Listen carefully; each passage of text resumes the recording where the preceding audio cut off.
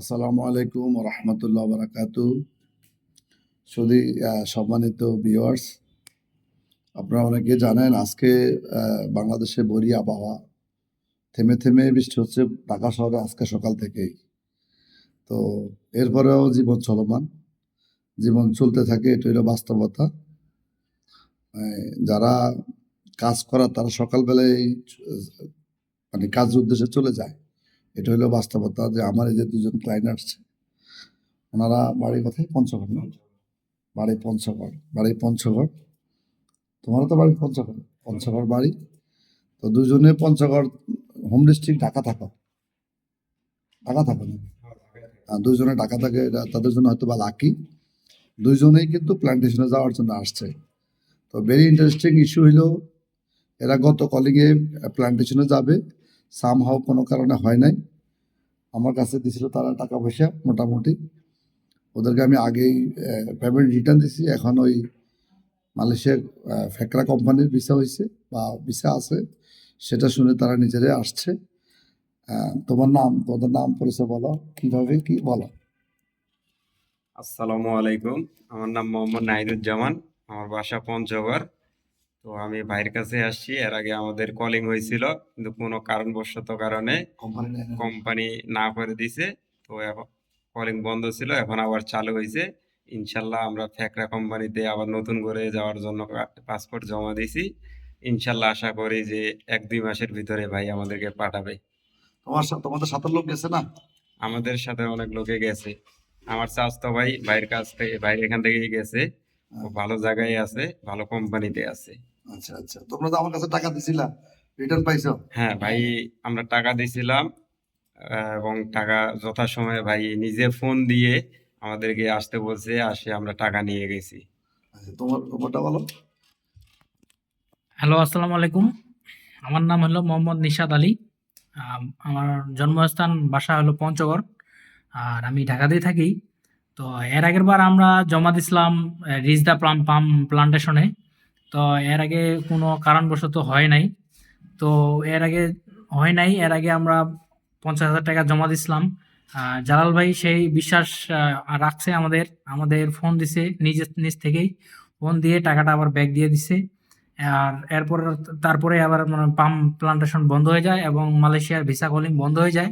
আর visa calling বন্ধ হওয়ার অনেকদিন পরেই আবার এখন মালয়েশিয়ার পাম বাগানের জন্য শুধু লোক নেবে। পাম বাগানের কলিং খুলছে। পাম বাগানের জন্য মালয়েশিয়ার একটা বড় কোম্পানি, পাম বাগানের ফেকরা কোম্পানি আছে। তো এই ফেকরা কোম্পানিতে আমরা আজকে জমা দেওয়ার জন্য আসছি। আমি আর এই যে আরেকজন আসছে, দুইজন পঞ্চগড় থেকে আসছি। তো এ নিয়ে অনেক বিশ্বস্ত মানুষ। আমার জানা মতে বাংলাদেশের সব এজেন্সির মধ্যে আমি বিশ্বস্ত পাইছি ইনি জালাল ভাইকে। ইনি অত্যন্ত বিশ্বস্ত মানে কাজ করে থাকে। তো আজকে আমরা জমা দিলাম। তো আপনারাও জমা দিতে পারেন ইনশাল্লাহ। বিষয়টা হলো ভেরি ইন্টারেস্টিং ইস্যু, যে ফেকরা কোম্পানির বিষয়ে বা মালয়েশিয়া প্লান্টেশনের বিষয়ে আমার চাইতে তাদের অভিজ্ঞতা বেশি। আর এই যে নিশাদ ঢাকা শহরের মোটামুটি রিক্রুটিং এজেন্সি 100 ঘুরা শেষ। তো আমি ওকে বললাম যে তোমার তো গতবার কলিং হয়েছে, কোম্পানির লোক নেয় নাই সামহাও কোনো কারণে, গভর্নমেন্ট প্রজেক্ট ছিল সেটা, এখন আবার আসছো। তো বলতেছে যাইলে আপনার মাধ্যমে যাব। তো বিষয় সেটা না, আমার মাধ্যমে আমি যে অথেন্টিক বা জেনুইন, এটা ট্রু না। বাংলাদেশে আরও অনেক ভালো মানুষ আছে যারা হনেস্টলি আসলে ব্যবসা করে বা ব্যবসায়ী। এখন এই লাইনে অনেক কিছু আসলে একটা বলে যে 100% হয়, সেটা আমি কখনোই বলবো না।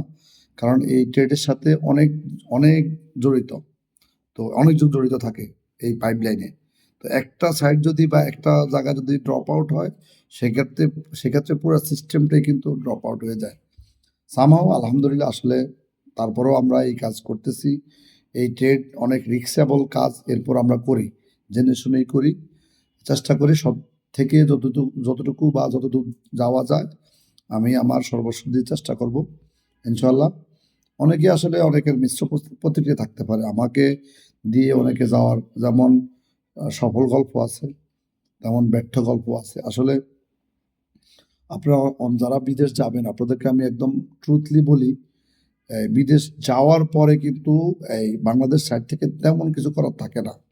আপনি যে যত কথাই বলবেন না বলবেন, যখনই আপনার ওই দেশের কোম্পানি ভালো হইলে আপনার লাক ভালো, আর ওই কোম্পানি যদি খারাপ হয় then up to you luck. এখানে বাংলাদেশে যার মাধ্যমে আপনি জমা দিবেন বা যার মাধ্যমে আপনি যাবেন, সে আসলে তেমন কিছু তার করার থাকে না বেশিরভাগ ক্ষেত্রেই। এখন যত কথাই বলুক, হয়তোবা অনেকে বলবে আমার হেডম আছে, আমার এটা আছে, আমার সেটা আছে। বাস্তবতা তো আমাদের অভিজ্ঞতা হয়েছে, আমরা বুঝি আসলে বাস্তবতা হলো আপ টু লাক। যাদের ভাগ্য ভালো তারা যাইতে পারে এবং ভালো থাকে, অনেক কাছে যাইতে পারে, ভালো থাকে না। তো মিশ্র প্রতিক্রিয়া আছে। আবার অনেকে কিন্তু যাওয়ার পরে মিথ্যা নাটক করে, এটাও সত্য। যেমন আমি আমার নিজের একটা অভিজ্ঞতা আছে, আমাদের মিশ্র অভিজ্ঞতা আছে। আমরা গত কলিংয়ে লাস্টে একদম একটা কলিংয়ে লোক পাঠাইছি 49 জন একই কোম্পানিতে। ওখানে 49 জনের কোনো সমস্যা নাই, একজনের সমস্যা, উনি কাজ করতে পারবে না। সামহাও ওনার ফ্যামিলি ওনাকে রিটার্ন নিয়ে আসতে বাধ্য হয়েছে নিজের খরচে। তো আমি আপনাদেরকে বলবো, যারা পরিশ্রম করতে পারে, যারা পরিশ্রমী এবং যারা পরিশ্রম করার আগ্রহ আছে, যারা সকালে ঘুম 6টা বাজে উঠতে পারবেন, 5টা বাজে উঠতে পারবেন, শুধুমাত্র তাদের জন্য বিদেশ। বিদেশ কোনো মজার জায়গা না, এবং বিদেশে আপনার ওখানে কেউ আপ্যায়ন করে আপনাকে খাওয়া দিবে না। আপনাকে স্ট্রাগল করে আপনার জায়গা তৈরি করতে হবে, এটার নামে বিদেশ। সামহাও ইনশাল্লাহ আমরা, শুধু আমি না, আলহামদুলিল্লাহ অনেকেই ঢাকা শহরে ভালো কাজ করে, আবার অনেকেই খারাপ কাজ করে।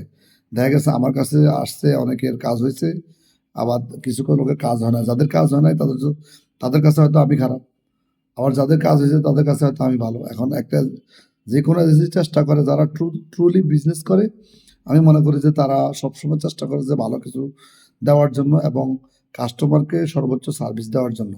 এখন অনেক কিছু আমরা চাইলেও হয় না, যেহেতু এখানে অনেকগুলি কানেক্টিভিটি জড়িত। অনেকে আপনারা জেনে গেছেন যে বাংলাদেশের যে মিনিস্ট্রি পারমিশনের যে একটা ধাপ ছিল, যেটা আমাদের এই বর্তমান যে গভর্নমেন্টের প্রবাসী কল্যাণ মন্ত্রী, উনি গত 2 দিন আগে একটা মিটিংয়ে বলছেন যে বাংলাদেশ থেকে শ্রমিক যাওয়ার জন্য কয়েকটা এই এই লক লাগে, কতগুলো অনুমোদন লাগে। একটা অনুমোদন হইলো এই আপনার যেই দেশে যাবেন ওই দেশের এই কাউন্সিলের অনুমোদন, অর্থাৎ হাইকমিশনের অনুমোদন, অ্যাটেস্টেশন যাকে বলা হয়। আরেকটা অনুমোদন হলো মিনিস্ট্রি পারমিশন, আরেকটা হলো পিএমএটি পারমিশন। এখন এই যে মিনিস্ট্রি পারমিশন, এই মিনিস্ট্রি পারমিশন উনি টোটালি উঠাই দিছে। এটা অবশ্যই আমাদের জন্য ভালো খবর। তার কারণ আমি একটা গল্প বলি, এই মিনিস্ট্রি পারমিশনের জন্য আমার ব্যক্তিগতভাবে 4টা লোক যাইতে পারে নাই, শুধুমাত্র বিলম্বের কারণে। তো যদি এই মিনিস্ট্রি পারমিশন না থাকতো, হয়তো বা ইনশাল্লাহ আমার এই 4টা লোক যাইতে পারতো। এই মিনিস্ট্রি পারমিশন শেষ মুহূর্তে পাইছে, যে মুহূর্তে পাইছে ওই মুহূর্তে টিকিট নাই। আর যে এজেন্সির মাধ্যমে কাজটা হয়েছে, সেই এজেন্সি কেন অগ্রিম টিকিট করে নাই, তার কারণ তাদের কনফিউশন ছিল যে এই রিক্রুটিং এজেন্সি মিনিস্ট্রি পারমিশন করতে পারবে কি পারবে না। সো এই যে কনফিউশনের দূর হয়েছে। আসলে যত নিয়ম বাড়বে তত জটিলতা বাড়বে, খরচ বাড়বে, এটা কিন্তু বাস্তব এবং সত্য। যেটা আমাদের প্রিভিয়াস গভর্নমেন্টের যে মন্ত্রী দিছে, আমি মনে করি না যে তারা এই পোস্টের জন্য এই খুব উপযুক্ত ম্যান। তার কারণ তারা আসলে মূল ফ্যাক্টটা কোথায় এটা জানে না। ইভেন আমাদের দেশের যেই শ্রমিকরা যাইতে পারে না, এটা নিয়ে আমার অনেক কিছু বলার আছে বা বলতে চাই, কিন্তু আসলে আমি বললে যেই রাতারাতি পরিবর্তন হবে বা এটা ক্ষতিপূরণ পেয়ে যাবে, বিষয়টা তা না। আসলে অযোগ্য লোক হইলে, যেটা অনেকে 2 বছরে বুঝে, উনি এটা 2 মিনিটে বুঝবে। যে প্রফেশনালে আছে ওই প্রফেশনালে পারফেক্ট জায়গায় হইলে উনি অবশ্যই আমাদের সাথে ভালো বুঝবেন। এটা হলো বাস্তবতা। আসলে আমাদের যে প্রিভিয়াস যারা ছিল, এরা আসলেই যে 100% অযোগ্য ছিল সেটা আমি বলবো না। তবে কিছু ক্ষেত্রে বা কিছু ডিসিশনে তাদের ভুল ছিল। তারা একটা দেশের সাথে গুড কোঅপারেশন থাকলে কিন্তু এগুলো নরমালি সেগুলো সমাধান করা যায়। অনেক ক্ষেত্রে কিন্তু ঢালাওভাবে শুধু রিক্রুটিং এজেন্সি প্রতারণা করে, এই গল্প আমরা শুনি। কিন্তু রিক্রুটিং এজেন্সি যে প্রতারণার গল্প হাজারো আছে, বা রিক্রুটিং এজেন্সি প্রতারিত হওয়ার গল্প হাজারো আছে। তো যাই হোক, এটা অনেক বিশদ বা লম্বা আলোচনা। ভালো থাকবেন, আল্লাহ হাফেজ, আসসালামু আলাইকুম। আমরা প্রত্যাশা করি সবাই বিদেশ যাক, ভালো থাকুক, দেশে থাকলেও ভালো থাকুক, নিরাপদ থাকুক, সেটাই।